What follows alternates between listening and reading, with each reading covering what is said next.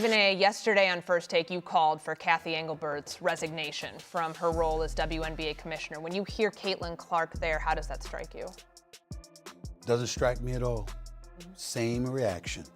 Cathy Engelbert should resign as the commissioner of the WNBA. And the reason I said... Ladies and gentlemen, stop right now. Turn off the TV, put your phone down, and listen carefully. What we're seeing is one of the worst and most harmful business choices ever in pro sports. We thought the WNBA hit its lowest point with the Olympic snub. Then we thought it hit the lowest point again with the Rookie of the Year voting. But today it got even worse, like they are ruining their own league on purpose. Insiders say the WNBA office, led by Commissioner Cathy Engelbert, has sent Caitlin Clark an official warning. And for what? Not because she broke a law, not because she failed a drug test. She got warned because she signed a huge deal with NBC Universal to be a TV broadcaster. The league even sent a legal threat saying her NBC deal is a conflict of interest. Just think how ridiculous that is. This is the same player who brought the league more attention and more money. She helped bring big changes like private flights and a massive TV deal. Now she takes a job that helps promote basketball on national TV, and the league's response is to threaten her. That's crazy. It's like they are attacking their own best star and their own product. And it's not just fans saying this. Even big sports media voices, like Stephen A. Smith, are looking at this and saying people should be held responsible. This is not a small mistake. This feels like sabotage. And if the WNBA thinks it can scare Caitlin Clark into obeying, they are about to learn a hard lesson about who truly has the power here. As derogatory and unappreciative of the athletes that represent her league. And then the person I call the golden goose of the WNBA, Caitlin Clark. You understand, who is box office for the WNBA. Just look at the numbers, look at the ratings, look at everything. For her to come out and say... You can tell things are really bad when Stephen A. Smith takes off his glasses and stares straight into the camera. And that is exactly what he did. The moment this news came out, Stephen A. didn't just say, the WNBA messed up. He went way past that. He said someone needs to step down. He looked right into the camera and said, "This is awful. This is disgusting, and it smells like jealousy." And honestly, he's not wrong. He also said what everyone can see. Cathy Engelbert is not acting like a real commissioner right now.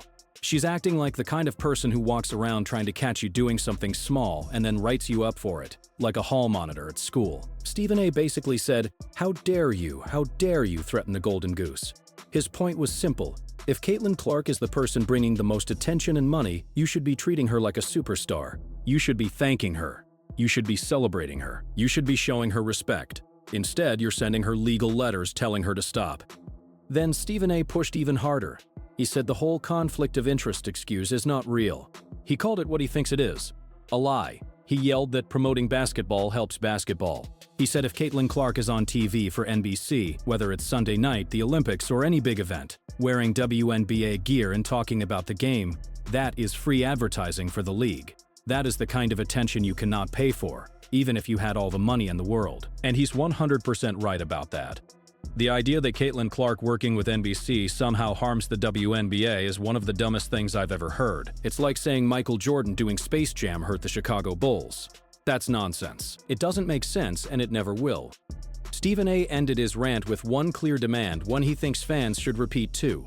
Cathy Engelbert needs to resign immediately. Stephen A. said, if you can't understand Caitlin Clark's value, and if you are so stuck in small rules and inside politics that you try to pull her down, then you are not fit to lead. And I agree with him. This warning is not just a little problem. It shows the WNBA's leadership is broken. They should be protecting their success, but instead they are fighting it. They are acting like their biggest win is their biggest enemy. And let's be real about what this is. They hate that they don't control her. They hate that she has options. They hate that she has power. Stephen A. said it in a simple way. The commissioner seems to hate Caitlin's success. It looks like she hates that Caitlin is bigger than the league right now. And if that hate keeps growing, it could destroy the progress the league has made. Now let's pause the feelings for 1 second and look at the cold numbers. Because this is where the WNBA's behavior starts to look truly insulting. Do you know what the WNBA pays Caitlin Clark? Do you know her base salary? It's $76,000. Read that again. $76,000. In pro sports, that's not a superstar salary. That's barely anything for the face of a whole league. Want to hear something even crazier?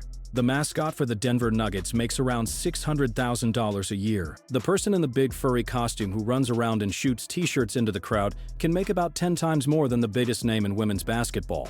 And yet, even while paying Caitlin Clark peanuts, the WNBA is acting like they own her.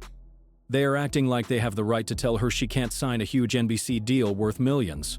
That's not just unfair, it's embarrassing. This isn't confidence. This is delusional entitlement. Picture this. Your boss pays you close to minimum wage. Then you go out and get a second job that pays you $10 million a year. And then your minimum wage boss tries to punish you or fire you for taking that better job. What would you do? You would laugh right in their face. You would quit immediately. You would walk out without even thinking twice. That's the position Caitlin Clark is in. The NBC deal is not some cute little side hustle. It's the big stage. It's the main event.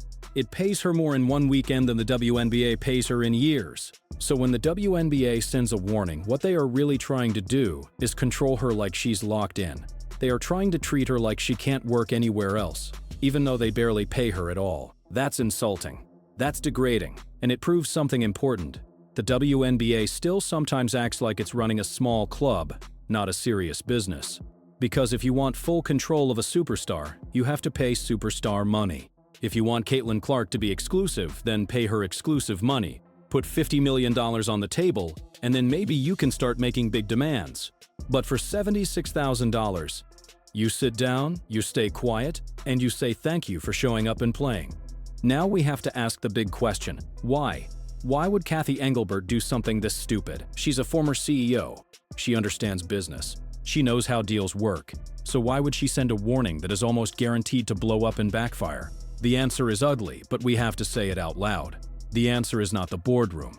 This did not start with smart business planning. This came from the locker room.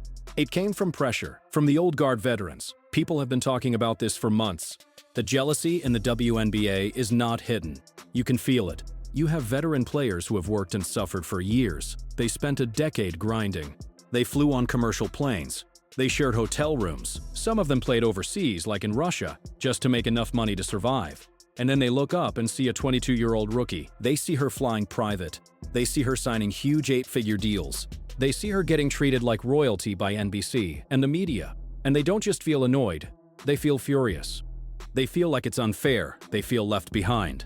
They are seething, and they are angry, and they are making sure the commissioner hears about it every chance they get. And when that kind of pressure builds up, it can lead to dumb decisions, like this warning. Because instead of thinking, how do we grow the league with this moment, they start thinking, how do we control her? And that mindset is exactly how you ruin your own success. You don't give what I said was that weak-ass response that Cathy Engelbert got. I'm going to say it again because people thought I stuttered just there. I don't know how because I don't stutter.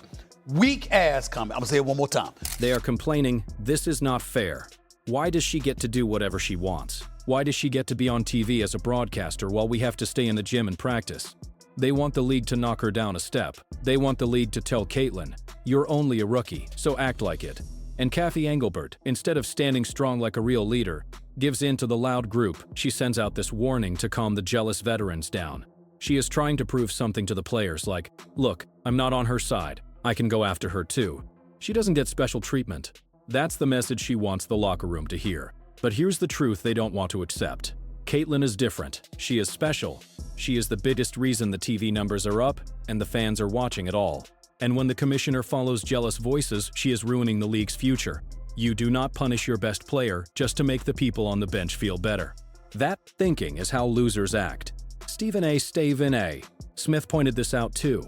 He basically said, these veterans need to stop and look at themselves. Instead of being mad about her NBC deal, they should be thinking, how can I earn a deal like that? Instead of trying to drag her down, they should be grateful she is pulling the league up, like helping bring in more money and better pay. But they can't do it because the jealousy is too strong, and this warning letter is what that jealousy looks like when it becomes official. It's like the league is helping people mess with her, but doing it with paperwork and fancy words. It's bullying with a stamp on it. Now let's talk about the real-world legal problem. NBC Universal belongs to Comcast. Comcast is one of the biggest media companies anywhere. They have huge teams of lawyers. Lawyers that cost so much, it would feel like their hourly bill could swallow the WNBA's whole budget. So be honest, do you really think the WNBA can fight NBC in court and win? That's not a fair fight. That's a monster versus a tiny bug. If the WNBA actually tries to use this warning to punish Caitlin, like giving her a fine, suspending her, or blocking her from being on NBC, Comcast could hit back with lawsuits so hard the league wouldn't know what happened. It would be a disaster. Also, Caitlin's WNBA contract probably doesn't clearly ban her from having another job, especially a job like broadcasting. Broadcasting is media work. It's not playing for another basketball team. So the conflict of interest claim is weak. And it gets even weaker because NBC shows NBA games and the WNBA works with the NBA too. So where is the conflict? Nowhere. It's not real. It sounds like something they made up just to control her. And now look at the companies behind her.